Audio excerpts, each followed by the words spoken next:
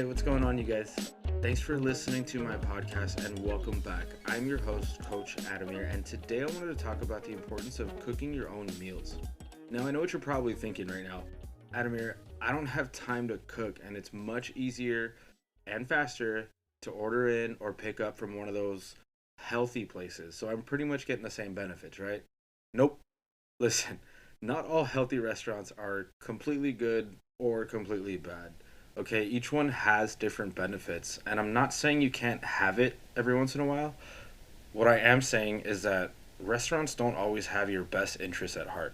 All right, they're a business, so profits are going to be more important than anything else. All right, which means they're going to cut corners on ingredients to save money, which means they're probably buying lower quality food, right? Lower quality, nutrient dense food. They're probably cooking with lower quality oils and unhealthy levels of fat and salt to give that food the delicious taste all those restaurants give it, right? It's mostly comes from high levels of fat and high levels of salt.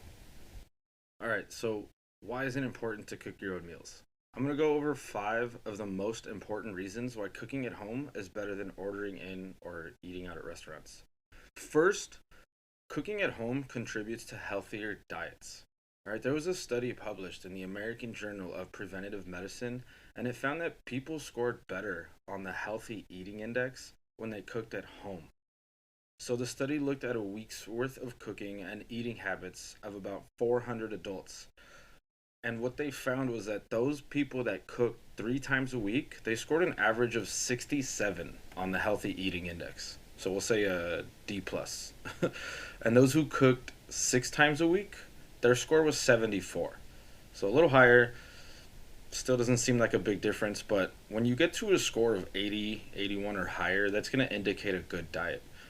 Right? So if they're cooking 6 times a week, if you think about it, that's only 6 meals. But we eat 3 to 4 meals a day, right? So you got to cook more often. Um, so score of 81 indicates a good diet. 51 to 80 signifies that your diet needs improvement, and anything below a 50 is considered a poor diet. Number two, cooking at home reduces overall calorie consumption.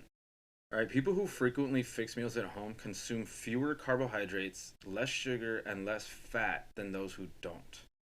So, pretty simple when you can control your own amount of ingredients, right? Researchers have discovered that on an average day, 8% of adults who cook dinner once a week, or not at all, consumed about 2,500 calories, with 84 grams being fat and 135 grams of sugar. That's insane. The 50% of adults who cooked 6 to 7 times a week, they consumed about 2,024 calories. So they went 60 grams of fat and 100 grams of sugar, which is still a little high, but significantly lower than the other group who barely ever cooked. The third one, cooking at home is going to save you money. All right, that's pretty basic, I think. I think everyone knows that cooking at home is going to save them money.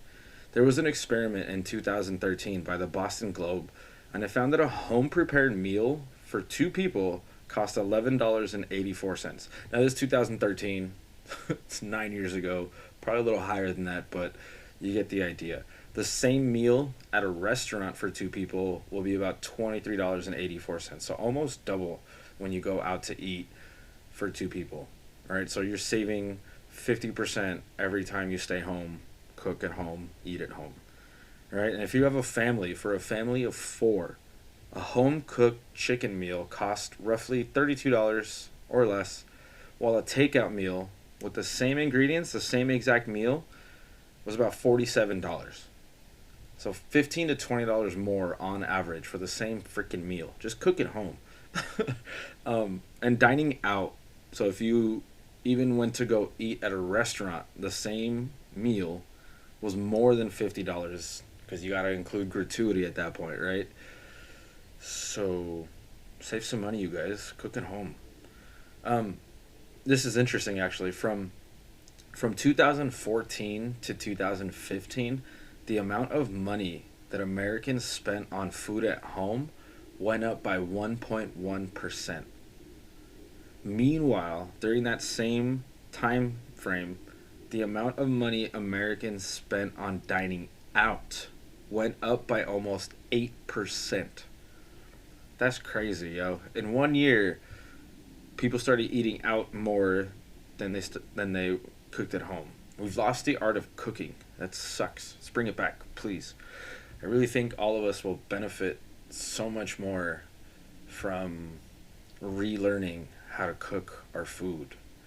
All right, there's so much more that comes out of it than just a better diet. All right, there's great mental benefits to it as well, right? That's number 5. But number 4, cooking at home is going to give us more control.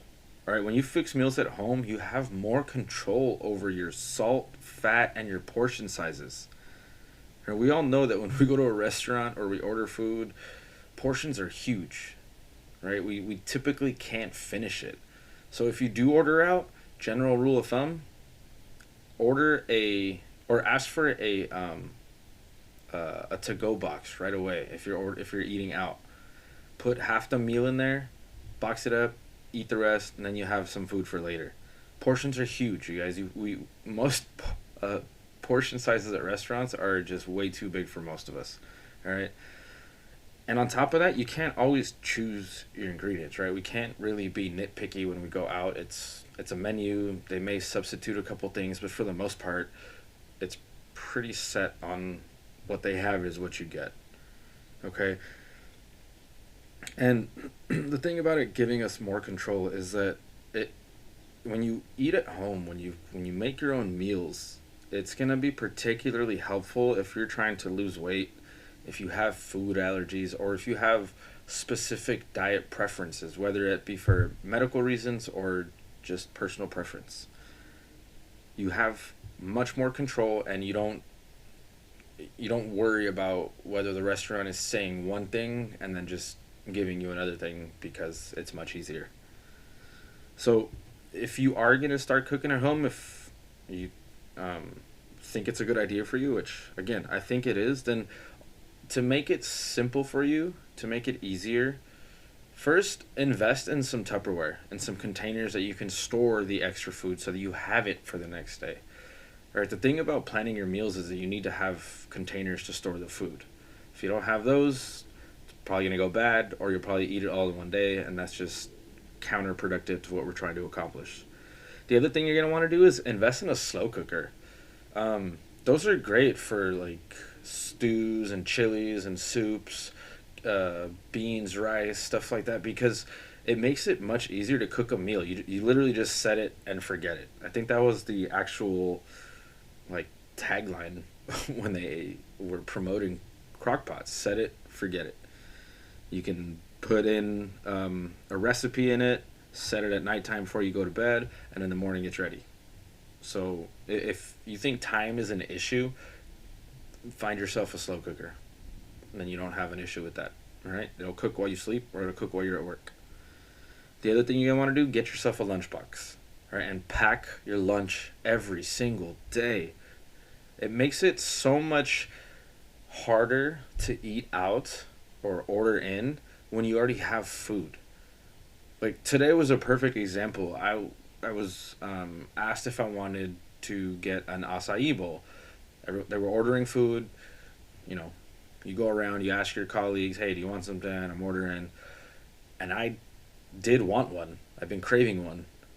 And I was about to order. I was looking at the menu, and then I realized, wait a minute. You made yourself 2 fruit smoothies last night. They're in the fridge here at work. You need to drink those. So I was able to push off the temptation, I guess, or the desire to get something like that, but I had already made it myself. So why not eat the food you just made and save that for another time, right? I know I say right, and I don't really expect you to answer because I can't hear you, but you probably do answer anyways, so, right? So plan your meals, all right? When you have meals ready and packed, you tend to eat out less, and you always know what you're going to be eating. So you know your portions, you know your macros, you know exactly what's in it, so you feel better about it.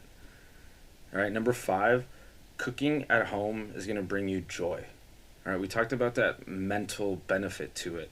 It's going to add a lot of fun to your dining experience when you go through the entire process of cooking from scratch, right? You prepare everything, you cut up the vegetables, you cut up the meat, you marinate it, whatever you need to do through that process, it adds to that experience so that when you finally sit down and eat, it's a more enjoyable meal. I can't explain it. Go cook something and eat it and tell me. It's just a better experience when you've created something with your own hands, you've seen it develop from start to finish, and then you can consume it and enjoy it. And if you live with someone, you can cook with your spouse, cook with a friend, cook with family members. It's a great way to relieve stress, to try something new with friends and family, to create conversation, to create fun memories, to laugh, right? It's a good experience when you can share cooking and then share the meal. We all know it's great to share a meal with friends and family, right? Just imagine sharing the experience of preparing that meal. If you've ever been in a house that's preparing Thanksgiving dinner, that's the type of experience you can get every time you cook. You have fun with your family, you have fun with your friends, you try new things, right? Or you try new recipes. Hey, let me try this. Let me see if this works. And you can kind of tweak it and build your own little menu of preferred food that you enjoy. All right, all of that's going to contribute to better overall health and better well-being. And if you have kids, cooking together as a family can encourage your kids to try new foods as well. You know, sometimes when kids see food cooked, they don't think it looks good, but then they see it uncooked and they're like, hey, that doesn't look so bad, or vice versa. Those are the things that happen when you cook with your family, when you cook with your kids. Like, I learned to cook from watching my mom, from watching my grandma, all my aunts. You know, I come from a big Hispanic family, and cooking is an essential part of it. I don't think a day went by in my life that I never saw my mom cooking. And I'm so grateful for those experiences. I'm so grateful for knowing how to cook and for being familiar with the process enough that if I came across a recipe or a type of meal that I didn't know how to cook, I'm confident enough in myself to know that I can still do it if I follow instructions. So I highly encourage you to start cooking. You know, start with something as simple as scrambled eggs. And you can make beans or make rice, make chicken. You know, there's simple things that we can learn how to do, and then we can just add to it as we go along. And then we can pick and choose our favorite meals and play with it and see what works best for you throughout the week. Okay, at the end of the day, cooking at home is just going to be best for your overall health and your well-being. All right, not only will you create new memories with your friends or your family, but you'll also develop a much better relationship with your food and with your preferences, like with your palate, with what you really like. You're also going to notice that you're much more likely to make smaller portions because you're going to figure out that whatever meals you have planned and whatever groceries you've purchased for the week, it needs to last until your next trip, right? So your portions are most likely going to be just a little bit smaller because you know I'm full when I eat this much food. And you can't see what I'm doing, but I mean, you know. And along with portion control, you're just going to be able to pick more nutritious foods for yourself, more nutrient dense foods. You're going to want to go to higher quality markets. You may even end up going to farmers markets because you feel that the vegetables and the fruits are fresher there. Or you want to support, you know, small business or farmers in the area, and you develop that relationship with the environment and the ecosystem. So step out of your comfort zone. Right? Go find a cookbook, find instructional videos on YouTube, find recipes that your parents made, that your mom made, your grandparents made. Find cultural dishes in your life that you enjoy that maybe you can learn. I mean, that'd be cool. I know there's a lot of food that I want to learn to cook from El Salvador. So that's up to me to make that effort to go learn. Cool. That's it, you guys. um, Thanks for listening. As always, I really do appreciate your support, and it makes me feel good to know that there's some of you listening out there and getting some benefit from this. So if there's anything else you want to hear on here, please let me know. And if you could leave a review on Apple, Spotify, wherever you listen, I would be very grateful as well. So I will talk to you guys all next time. But just remember, have a great week. Love yourself. And go be the best version of yourself. Bye.